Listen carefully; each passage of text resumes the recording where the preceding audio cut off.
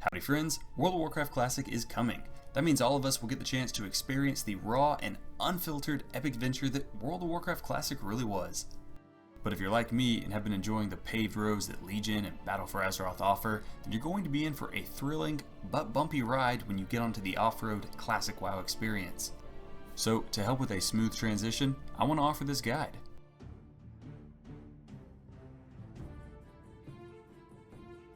So you want to level a Shaman. Great, that means you'll be the Horde exclusive Master of the Elements. You'll aid your team with powerful totem buffs, have some of the most powerful cast, you'll be swinging the infamous Windfury ability, and you'll have healing abilities that will make the Alliance jealous you can't raid with them. Oh, and let me emphasize that for those who are new to Classic. Shamans are Horde exclusive in Classic WoW, so an added benefit to playing one is that you'll never have to fight your own class outside of duels, and that's a good feeling once you learn how dangerous a Shaman can be. Levels 1 through 9. Like most other classes, Shaman gameplay begins very slowly, so you'll either start off in Durotar or Mulgore, zapping mobs with lightning bolts until you're out of mana, and then just whacking them down with your mace. Overall, you can grind a little faster by switching out your starting one-handed mace and shield with a two-handed staff instead. Shamans can't use two-handed maces or axes until later, so keep that in mind, but a two-handed staff is still a good option. Just make sure to keep your Rockbiter weapon enchant up. It only lasts for 5 minutes in Classic, and you'd be surprised how often you forget to reapply it. Levels 10 through 19. This is the level range when you're introduced to your talent trees. Now, the best leveling spec available to Shamans is Enhancement. There's really no competition about this, and that makes me sad because I'm a huge fan of Elemental, and watching my troll shoot lightning is almost irresistibly cool. But if you're trying to level as anything other than Enhancement before level 40, you're gonna find it an festival. I have seen some guides out there that explain how to level as something other than Enhancement, and hey, if that sounds fun to you or you just want the challenge, then this is your subscription. You got my blessing to play the game the way you enjoy. But my recommendation, start as Enhancement. A little tip, when you reach level 19, you can find a quest at Camp Taraho in the Barrens called Weapon of Choice. It's given by an orc on the north side. This quest will be a little high for you at 19, but if you can find a group, it's totally worth doing because one of the rewards it offers is a two-handed mace called Demolition Hammer. This mace offers 9 strength and is overall a fantastic weapon at your level. Oh, and if you're new to Classic, two-handed weapons for Shamans might be news to you. Unlike in all later expansions, Enhancement Shamans do not dual wield in vanilla, but instead they rely on slow, heavy two-handed axes or maces. The first 5 talents of Enhancement aren't really much to boast of, but you will want to put them into Astral Knowledge to get that extra bit of mana, then 5 more immediately after into Thundering Strikes.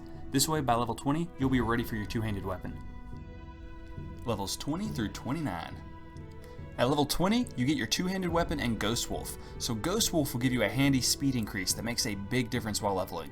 Also, in this level bracket, you'll be introduced to early dungeons. Now, I know some leveling guides out there will tell you to avoid dungeons in exchange for questing, but I found dungeons to be worth the hassle if you have quests to do inside. Also, dungeons offer great gear you can't get anywhere else.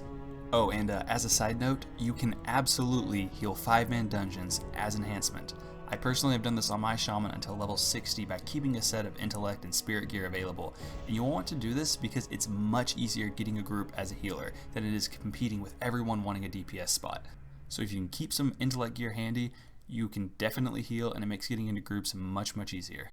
One dungeon in particular you really want to aim for is Razorfin Crawl. This is where a two-handed axe called the Corpse Maker can be found, and this weapon is usable at level 29 and offers just fantastic stats. And its slow swing speed means it's some serious damage once you get your Windfury ability in the next level bracket. To me, this weapon is easily worth running the dungeon a few times for, especially if you're on a PvP server and just want a weapon that can help you hold your own. As you level through this bracket, you'll want to make sure you put your very first point at level 20 in your two-handed weapon, then put points in improved Ghost Wolf. It might seem invaluable to only remove 2 seconds from a cast on a non-combat spell like Ghost Wolf, but you'll be surprised how often you're casting Ghost Wolf just to move around a questing area. It's absolutely worth putting points into. Next, put 2 points in Enhancing Totems. This is great for the extra stats into Strength of Earth and Grace of Air Totem because more damage means faster questing. Finally, get 5 points in Flurry. These talents will drastically increase your damage on mobs, so it's a no-brainer here. Levels 30 through 39. This is the level bracket that you'll access the Windfury ability, and if you have any memories of Enhancement Shamans, then you'll know why Windfury is referred to as Windfury. It'll give you some serious damage, especially if you have a slow, heavy-hitting weapon. Overall, this level bracket is where your Shaman stands out from all the other melee classes. This is also the bracket you want to start building up on male gear to equip once you reach 40. Scarlet Monastery Armory is the dungeon of choice for some happy, healthy male drops.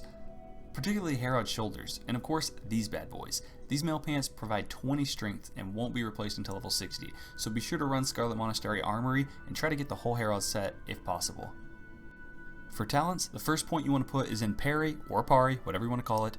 This will give you a chance to completely prevent melee damage, thus increasing survivability. Next, Elemental Weapons. This will improve your windfury damage by quite a bit, and it is pretty freaking sweet. Then you'll want to go back up the tree and put a happy little point in Improved Lightning Shield. Finally, all other points go into Weapon Mastery for pure damage output. Levels 40 through 49. Level 40 is a very rewarding level for Shamans. Also, go to the Shaman trainer and train that male right now for use. You can now also equip the male armor you've got from Scarlet Monastery Armory. That means you've got about as much armor as a paladin that forgot to upgrade to plate. Also, assuming you've been working your butt off since level 1, you can now train riding skills and get your mount. Also, you get Stormstrike as your final enhancement talent. Get that ASAP. You can put your remaining points into either the elemental tree or the restoration tree. Now, elemental will mean more damage, but restoration will mean more survivability. Personally, I prefer restoration at this point, but if you're interested in going just pure damage output, then you can build your tree like this.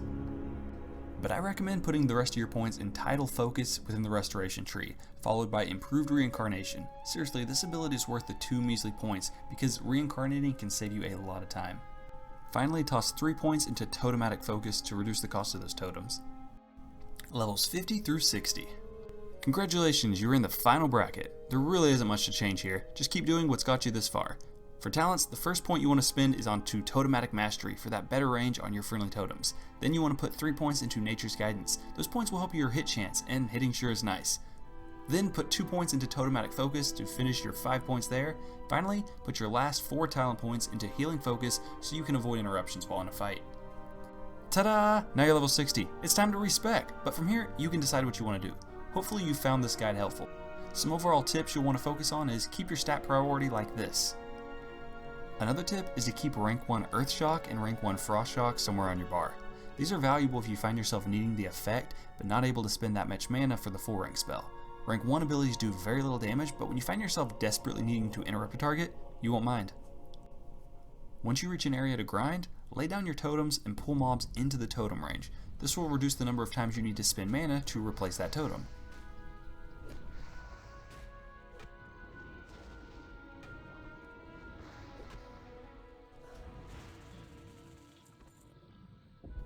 You'll want to use Lightning Shield often. This might seem like a low damage spell, but it's worth using every fight because 3 charges of it do more damage than an Earth Shock and it costs less mana. It's even better after you get Stormstrike too because you're able to do that extra nature damage to the target. In Classic, training costs a lot of money, so you'll want to prioritize training only the most valuable spells. Flameshock and Lightning Shield should get priority over abilities like Stoneclaw Totem, and unless you're flush with cash, abilities like Frost Resistant Totem should be foregone completely until 60. Well, I hope you found this guide helpful. If you didn't, that's okay. I only made this because I'm so zip flippity flip excited for World of Warcraft Classic that I frankly can't stop talking about it. Hope to see you next video. Bye!